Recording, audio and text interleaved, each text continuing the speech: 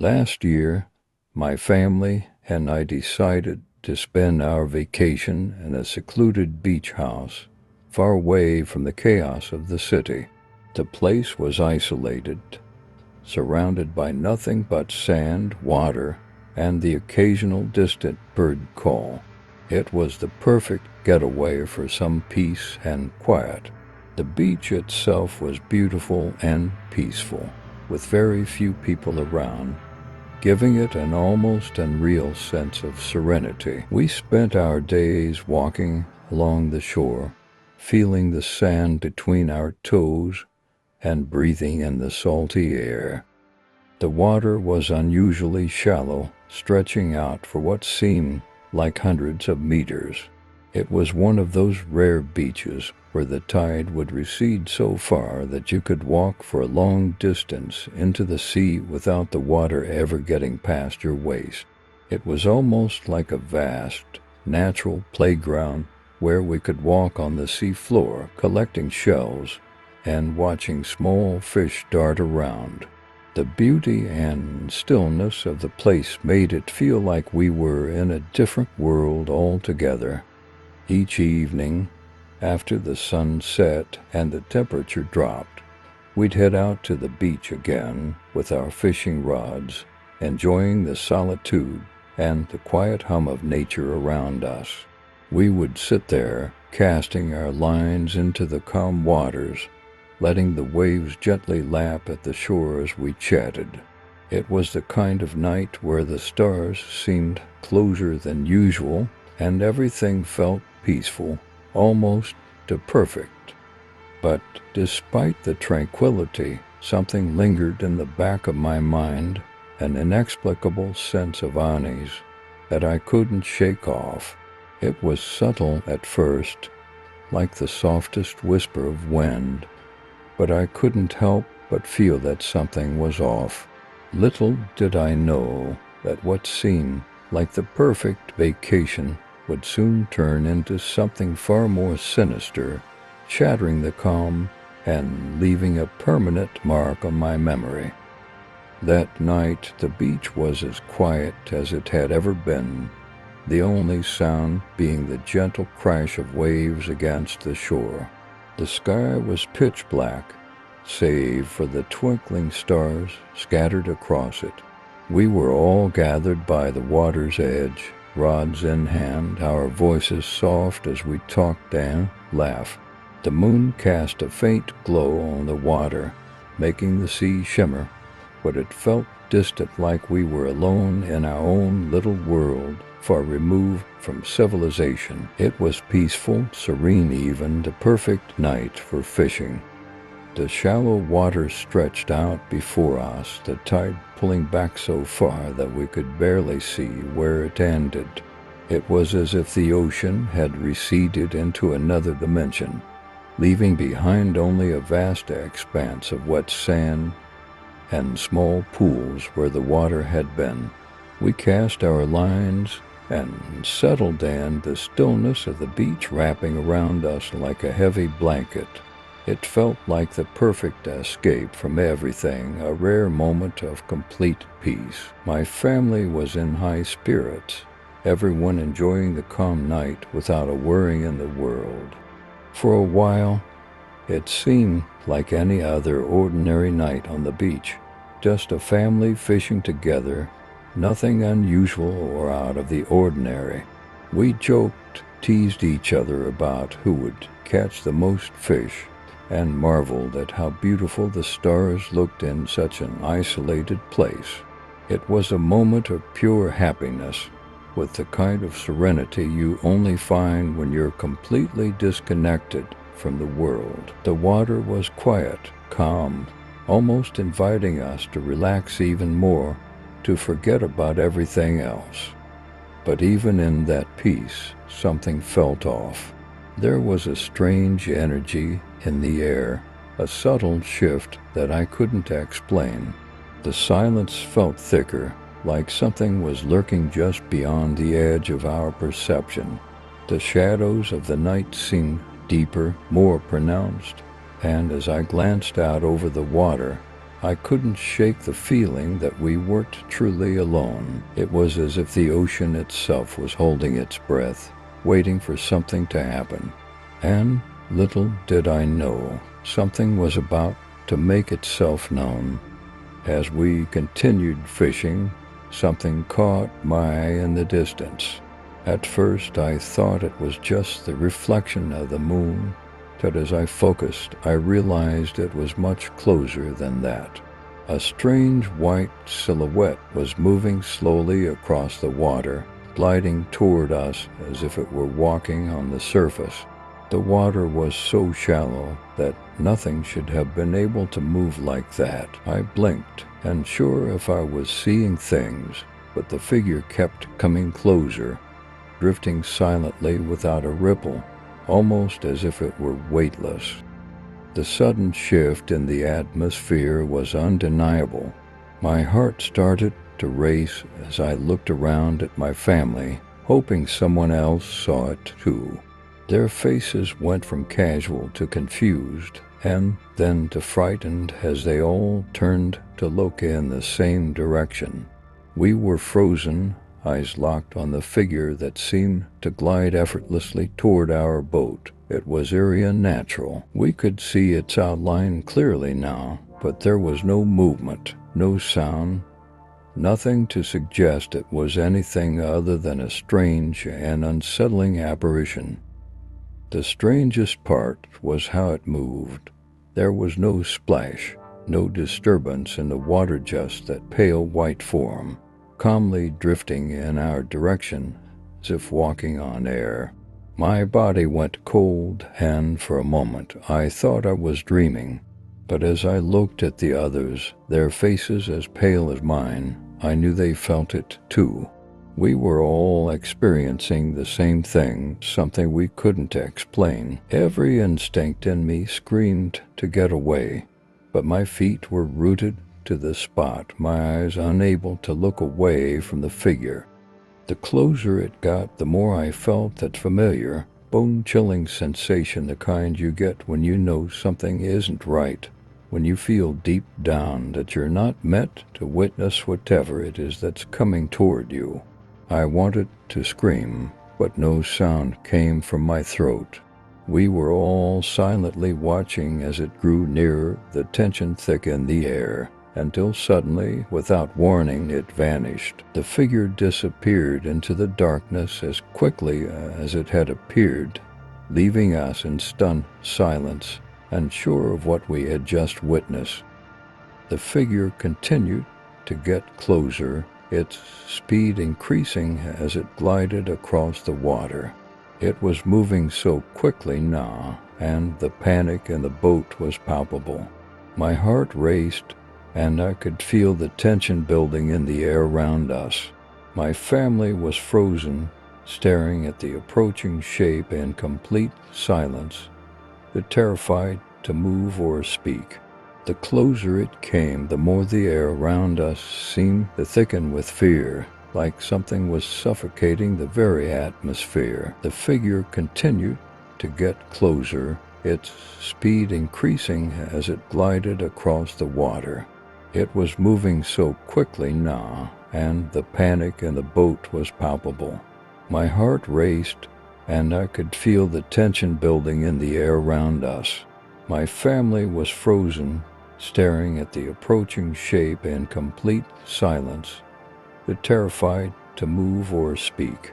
The closer it came, the more the air around us seemed to thicken with fear, like something was suffocating the very atmosphere.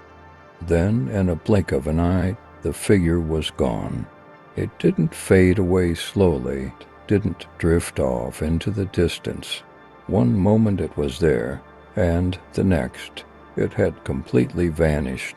There was no splash, no disturbance, not even a ripple to mark its disappearance. It was as if the water itself had swallowed it whole. My breath caught in my throat as I looked around, trying to make sense of what had just happened.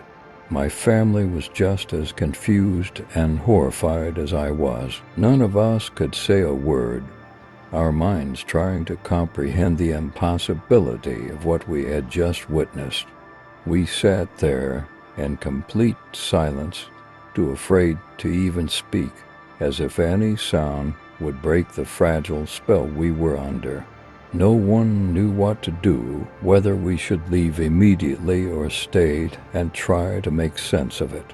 The fear in the air was suffocating, and it was hard to shake the feeling that we were being watched, observed by something unseen, something that had just shown us a glimpse of its presence and then vanished without a trace. The sudden disappearance of the figure had left us shaken, and we were all left with the uncomfortable sense that whatever we had seen was not a natural part of the world. There was no explanation for it, no way to rationalize what had happened. We had all seen the same thing, but the reality of it was too impossible to grasp.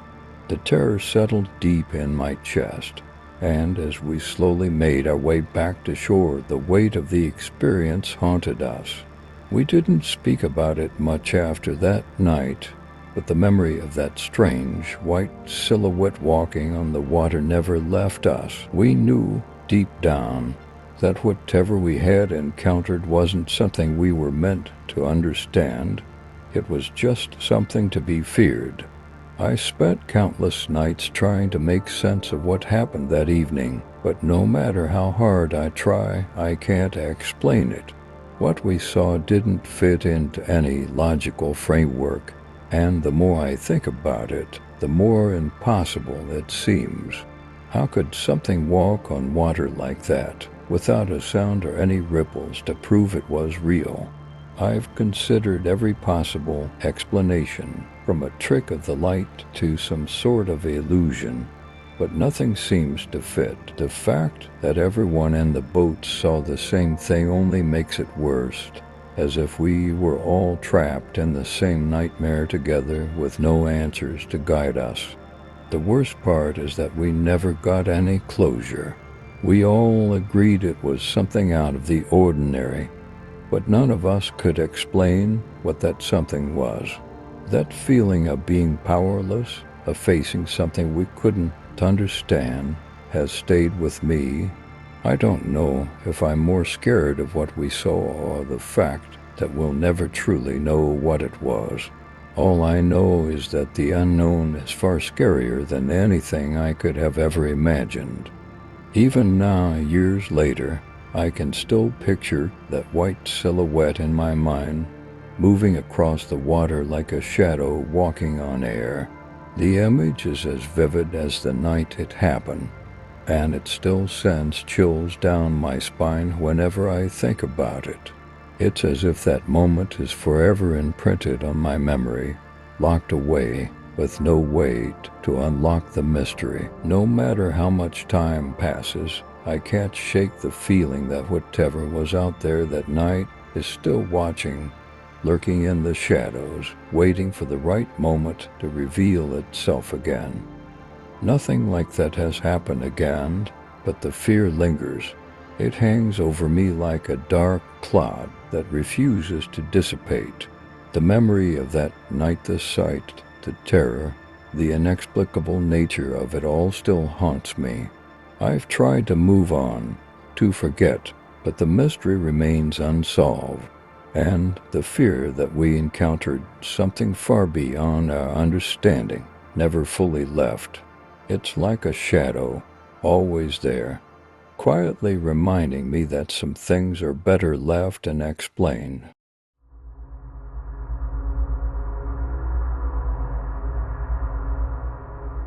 It was around 9 p.m., and I was alone at home. The house was eerily quiet, the kind of silence that feels thick in the air, almost as if it's pressing down on you. Everything was still, not a single sound from outside, not even the usual hum of the refrigerator. I sat on the couch, scrolling through my phone, trying to ignore the heavy feeling in the pit of my stomach. It wasn't an obvious fear, just a creeping sensation that something wasn't quite right. The silence in the house started to feel suffocating, like I could hear every little creak of the floorboards and every rustle of the curtains. I tried to shake it off, thinking it was just the isolation playing tricks on my mind. But it felt different tonight, like I wasn't really alone. It was subtle, like the house itself was watching me. I glanced around, trying to convince myself that it was all in my head. The rooms were dark, and everything was as it should be, but that strange feeling lingered. I couldn't shake the sense that someone, or something, was out there just beyond the corner of my vision, waiting. The air felt colder, and I hugged my arms to my body as if that could protect me from whatever I couldn't see. I tried to dismiss it, telling myself I was being paranoid, but the longer I stayed there, the more the unease grew. The house, once familiar and safe, now felt foreign. It was as if the silence itself had become a presence, something sinister. And deep down, I knew something was about to shatter the quiet. Then it happened. The doorknob started turning slowly at first, and then more rapidly, twisting back and forth as if someone was trying to get in. The sound echoed down the quiet hallway, slicing through the stillness of the night. I froze, my eyes locked on the door, heart pounding in my chest. It was a sound I knew too well, the soft rattle of the knob, the almost rhythmic motion, but this time it wasn't normal. At first I thought it was just my dad playing one of his pranks on me, trying to scare me as he often did. But as the minutes ticked by and the rattling continued, I couldn't dismiss the feeling creeping over me. I felt a cold shiver crawl up my spine, and I got up from the couch, approaching the door cautiously.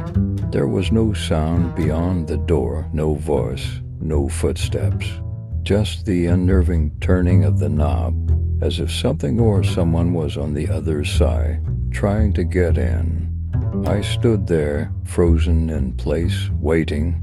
I wanted to believe it was just a joke, a silly game, but deep down I knew something was wrong. The more I waited, the more the silence seemed to intensify. The sound of the doorknob became louder, almost mocking me, as if whatever was knew I was listening, watching. My palms began to sweat, and my breath came in shallow gasps.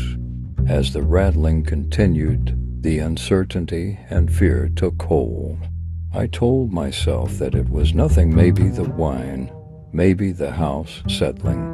But the longer it went on, the harder it was to convince myself. Something wasn't right, something was trying to get in. I tried to calm myself, convincing myself that there must be a simple explanation for everything. Maybe it was just the wind, or a loose hinge on the door. But deep down, I knew it didn't feel right. I quickly grabbed my phone and called my dad, expecting him to pick up and say he had come home early to mess with me. It was his kind of prank, after all. But when I heard his voice on the other end of the line, it sent a chill down my spine. He told me he was still at work, nowhere near home. My heart sank. I then called my mom, hoping maybe she had come back earlier than I expected. But no, she was at my aunt's house, miles away from where I was. A cold wave of dread washed over me as I processed what I had just heard. Both of my parents were accounted for, and neither of them was anywhere near the house. This was the moment it hit me. I was completely alone. The rational part of my mind scrambled to make sense of what was happening, but all I could feel was the growing panic in my chest. How could someone be trying to get in if no one was home? I looked back at the door, the doorknob still rattling, and I felt the hairs on the back of my neck stand on end. There was no logical explanation. I was not alone in this house anymore, and that terrified me more than anything. As I stood there, holding the phone in my trembling hand, my thoughts raced. Who or what could be on the other side of that door? My mind couldn't find an answer. The silence felt oppressive, like it was closing in on me. The door wasn't just rattling anymore, it was now a symbol of the unknown, something much darker than any prank could explain. The fear hit me like a tidal wave. My legs felt like jelly as I turned and ran toward my bedroom, almost stumbling over myself in the rush.